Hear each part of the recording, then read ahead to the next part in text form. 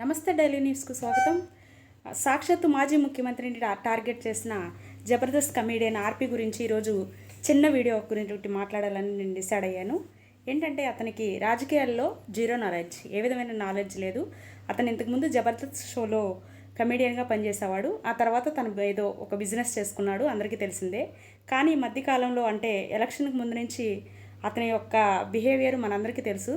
Social మీడియాలో తను ఒక హాట్ టాపిక్గా, హాట్ కేక్గా ఉన్నాడు.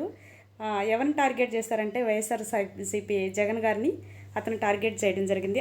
ఇతనికి ఏ విధమైన అర్హత హక్కుందో అసలు మనకు అర్థం కావట్లేదు. అంటే ఇతను ఒక వార్డు మెంబర్ కాదు, రాజకీయాల్లో ఎటువంటి జీరో నాలెడ్జ్. అతను ఏం చదువుకున్నాడో కూడా మనకు తెలియదు.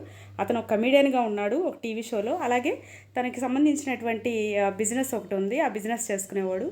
మరి అనుకోకుండా రాజకీయాల గురించి, అలాగే దివంగత నేత రాజశేఖర రెడ్డి కుమారుడు మాజీ సీఎం జగన్ గారిని టార్గెట్ చేస్తూ తన యొక్క అసభ్యకరమైన పదజాలాలతో ఆయన్ని దూషిస్తూ, ఆయన ఏ విధమైనటువంటి అభివృద్ధి కూడా చేయలేదు, జీరో నాలెడ్జి, ఆయన చదువుకోలేదు అని చెప్పేసి ఆయన ఎక్కడికి వెళ్ళినా కానీ తప్పులు వెతుక్కుంటూ తన యొక్క సొంత లబ్ధి కోసం రకరకాలుగా ఆయన్ని టార్గెట్ చేసి మాట్లాడుకుని, ఇతను ఇంకొక సామాజిక మాధ్యమాల్లో ఇంకొక అతను ఉన్నాడు, అతను కలిసి మరి ఒక ఛానల్ని వేదికగా చేసుకుని ఆయన దూషించడమే పనిగా పెట్టుకున్నారు. కానీ వీళ్ళిద్దరికీ అసలు రాజకీయాల్లో ఏ నాలెడ్జ్ ఉంది అంటే, వీళ్ళు ఒక వార్డు మెంబర్గా చేశారా, లేకపోతే ఒక దేనిగా కూడా వీళ్ళకి ఏ విధమైన హక్కు అర్హతలు కూడా లేదు.